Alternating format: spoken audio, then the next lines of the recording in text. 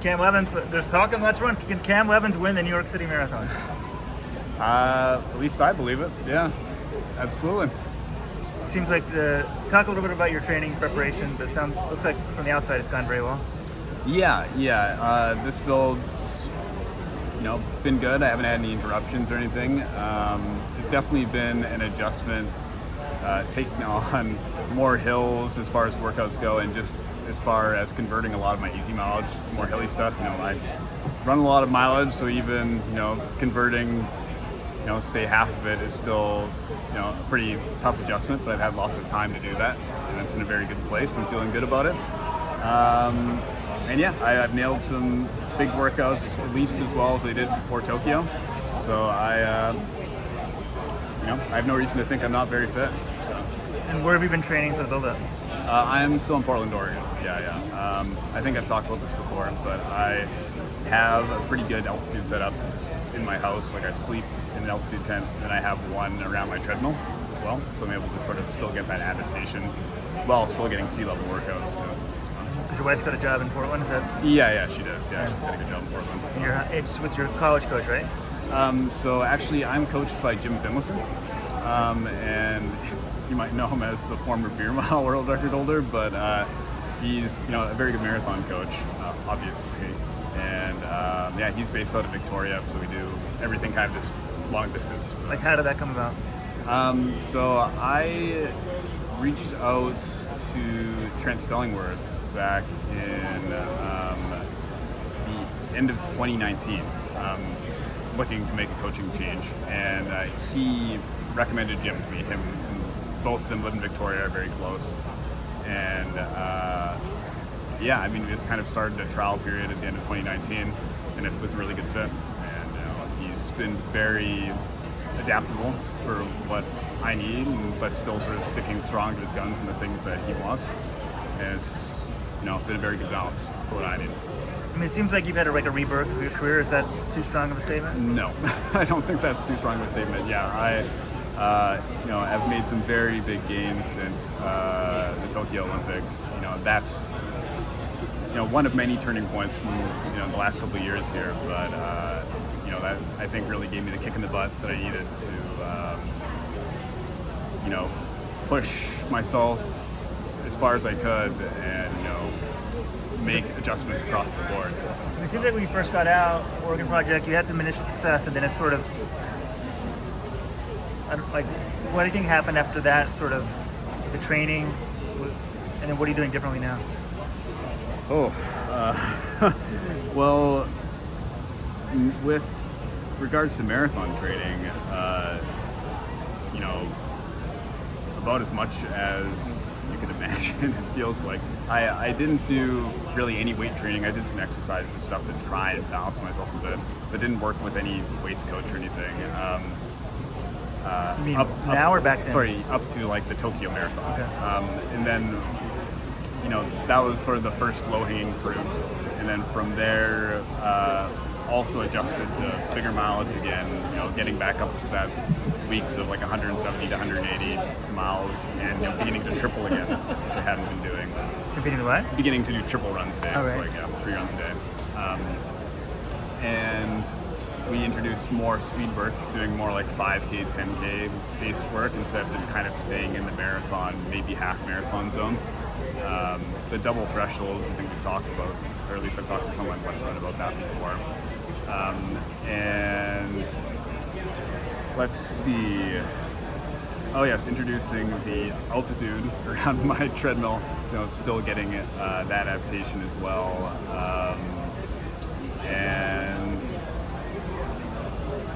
how often do you run on a treadmill with altitude? Every day. Yeah, Really? yeah, every day. I do about 60 to 80 minutes on it every day. You don't go crazy? Well, the problem is it gets so hot in this treadmill by the end of the runs that like just doing that I already get off and I'm just like caked in. I'm heat training every day all year. So you're ready for the Olympics. Yeah, that's right. So it's kind of like a workout, just even running like 7-minute pace, 7.5-minute pace on this treadmill. So if I find a way to like really cool it down, maybe I could experiment with doing actual workouts with it. But at this point, it's just kind of easy miles. Is your easy runs? Yeah. So how fast is that? So yeah, those are like typically like 7.5 minute pace. It's just what I hold. And what altitude are you at? It starts at 7,000, and as it gets more and more boiling in there, I think it gets higher and higher. So it's it's tough. It's tough for being something that shouldn't seem like it would be.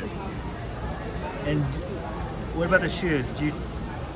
Are you training more in super shoes? Yeah, so I do pretty much all my workouts in like the Metaspeed Sky or the Metaspeed Edge. Some of the shorter stuff I typically do more in the Edge. And yeah, all my easy running is just in Nova Blast. But yeah, I think with just like the amount of time I spend in my bare feet, like as we do weight training, I'm able to sort of counterbalance and still keep that like calf strength. That I think would be a little difficult to maintain if I was with working out strictly in super shoes basically. So I think we're able to counterbalance it pretty well because Wait, you're saying you need to do the weights to counterbalance the... Yeah, I think the weight training in general does a good job of like maintaining and building strength still while like still hitting the workouts fast in super shoes. So you think if you train too much in super shoes you might have problems with your calves? Is that sort of the thinking? I think if I think without properly balancing it out, you can develop some weaknesses for sure. At least that's kind of how I personally see it. I really have only like spent time in real super shoes since like the beginning of 2022, I guess. I mean, I ran in Hoka's, but they didn't really have the same sort of shoe developed yet at that point. Yeah, Kellen Taylor essentially said, we just now have a real true super shoe. Yeah. So like, once I took my first workout in like, well, at that time the Alpha Fly was the first one that I used, and I was like, oh my gosh, I've been racing people in these things. Like it's just an unbelievable difference. You wore that at Worlds? Yes, at Worlds last year I did the Alpha Fly. Yeah. So you've been with ASICS since when? Since October, I think officially, of 2022. Yeah. And that's going well? Oh yeah. No, I mean like I really went with ASICS because their shoes were good. Like at this point, the money only means so much to me. Like I want to be in good gear and give the best performance that I possibly can. Like, that's my priority. I don't want to waste any time in my career not being the best that I could be or not being competitive by choosing something that's not going to allow me to be. Have you thought about winning on Sunday? Oh yeah. I mean, that's what I'm going in with game plan to try and do. Yeah. I mean, ideally I'd like to at least move up to a podium position, but I'm racing to win. Yeah. Did you have that approach going into Tokyo as well, or when did it change for you that you could be a player in these World Marathon majors? For Tokyo, the game plan was really make sure I at least got standard. I mean, I wanted to give still the best performance I could, which is why I went out the pace I did, and not like 208, just trying to get under the Olympic standard. But that was the game plan until I got the 30K, and I'm like, I'm feeling good. Like I could maybe win this thing, and then obviously I didn't have the last K that day, but that's certainly changed my approach. Going into majors now is I need to be thinking about getting on that podium and challenging for a win if the opportunity's there. Because you had that big PR at Worlds, and then Tokyo's another breakthrough. Like, do you think you have another level to go even higher? Yeah, I mean, I think based on what I've been able to do, I think in the future 203 something is possible for me. It's hard to know if I can find any more beyond that, but I think that is realistic for me. So. And do you think, like in college, you were known for running like ridiculous miles? Do you feel like that's helped you? And also, is there more like structure to this sort of madness? Yeah, I think I've become kind of like a myth with the amount of mileage that I run. Not so much based in I mean, I see people tweeting stuff at me, or messaging me with just like crazy mileage. I'm like, I've never done that. I don't know where you even heard something like that.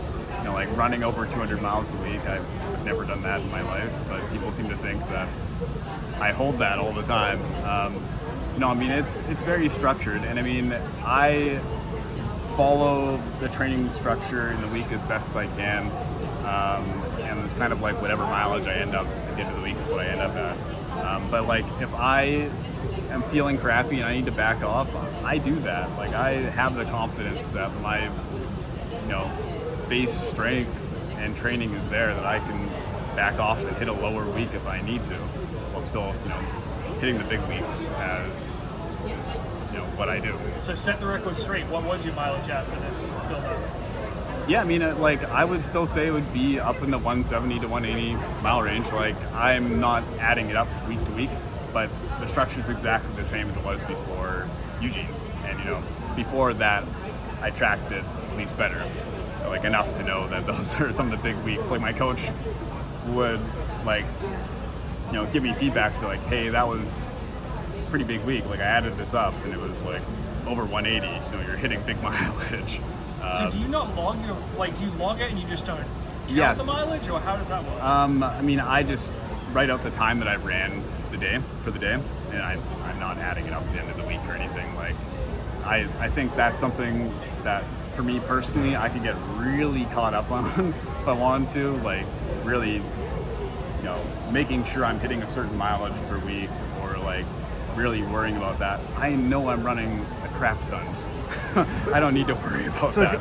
So are you more setting the length of the runs on the easy runs, or like you're running 3 times a day? Like, maybe take us through like a week or something. Like, yeah, so I mean, I do 3 or 4 times a week, typically 3 runs a day, and then a few times a week, 2 runs a day. And I mean, that adjusts a little bit later in marathon builds when like workouts are so long that if I did 3 runs of the day, it'd just be too much mileage. So like, as I get farther into it, sometimes there's more doubles that are more into like the distance range that would typically be from a triple, if that makes sense. But yeah, so yeah. So 3 runs a day. It's funny, I don't know if 3 times a day. What time of day do you Well, yeah, when time do you run? Yeah. Typically the first one's around like 10 a.m. usually, and then about 3 p.m. and then like 8 o'clock at night on the treadmill. And like, kind of how far for each run? It's usually either 90, 70, 80, or 90, 80, 70, sometimes 270s, but yeah, that's usually what I'm aiming for. And those are usually like, sometimes it'll just be all easy runs, or there's always... So, I mean, like, I'm adding strides in at the end, and sometimes I do a couple miles up tempo. This build especially, for my hilly runs, I was usually spending a couple miles later in them just running like, maybe like 5:30 mile pace, just like running hills a little bit faster later towards it. But yeah, I mean, like, I like to have kind of something to focus on sometimes for these runs, which is why, adding some strides or sprints towards the end of the run or a little bit up tempo is nice. And what percent did you say is on a treadmill? So 1 run a day is always on the treadmill, yeah, and that's 60 to 80 minutes. And that's just to get the altitude adaptation. Are you ever running with other people? No, I wish. That would be nice. I mean, So all the hard stuff, everything by yourself? yeah, I typically, well, I shouldn't say typically. My wife's been on the bike for me for some of the other builds, but not so much this one, unfortunately. This one's been pretty solo. So. And how do you measure pace, or that you're coming along as like, you don't have a coach out there, it sounds like, even, so like, Yeah. do you have courses marked off? You just go off your watch, like? So I have courses, well, routes that I typically follow, but I mean, it's mostly just off my GPS, my watch. Like, I have an idea of where the markers are now for those routes, but I haven't wheeled it out or anything. But like, I have a spot where I go like 2.5K out one direction, 2.5K out back, and just fill my bottles at the cart, so I can like pick it up every 5K to make sure I'm practicing fueling as well. So yeah, fun stuff for those long workouts, doing just the 2.5K section back and forth. And then I have another section that's a bit more up and downs, so I can get that feel a little bit, but not like too steep for shorter repeats typically. So. And with training, do you find it's more of a mental grind or physical grind? Mostly physical for me at this point. I'm pretty motivated to keep going. Like there's certainly days I don't want to do it, but like as soon as I'm out training, like I'm happy and I'm out doing it and enjoying it. But there's just days where I physically can't do it well, and so that's kind of the balance. And especially introducing more hill work has been a little bit initially challenging. The new sort of I think time that recovery takes, like this would recover quite as fast by challenging a bit more in that way. So. And the course itself, like,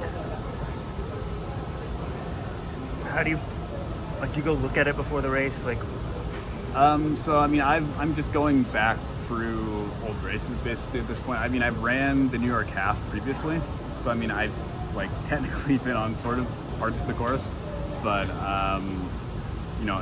it's not the same, obviously. But yeah, looking at that, looking at the elevation chart, talking to athletes that have done it, trying to get a feel of, get experience with this course as much as I can without having actually physically run it. I'm a student of the sport. I'm doing what I can, for sure. So being students for when Jeffrey pulled out and Evans Chibet pulled out, what was your thought process then? I have more experience with Tola than them, so I've raced Cameron as well, but Chibet, I've never raced before, and so I still know how challenging the race can be, especially if Tola is on one. So that being said, I'm not the same athlete that I was the World Championships last year. So I feel ready to sort of challenge regardless of who I was going to race. Like I was still planning on racing to win, even if Chibet was still in there.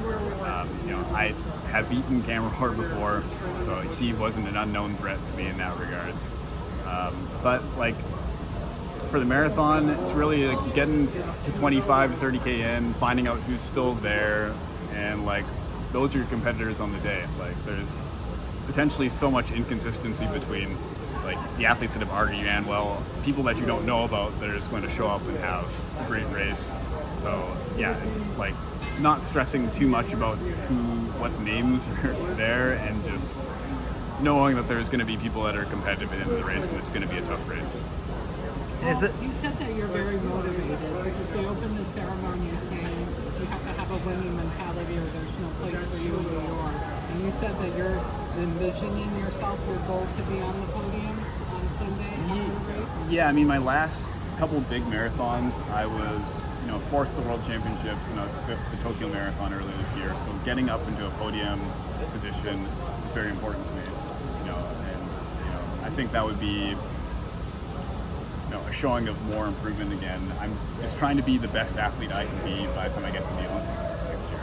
And that's why I'm here in New York. It's a tough course. The Olympics is going to be a challenging course too. And I have not ran one like this before. What do you tell yourself during the course when you're running to get yourself to a fast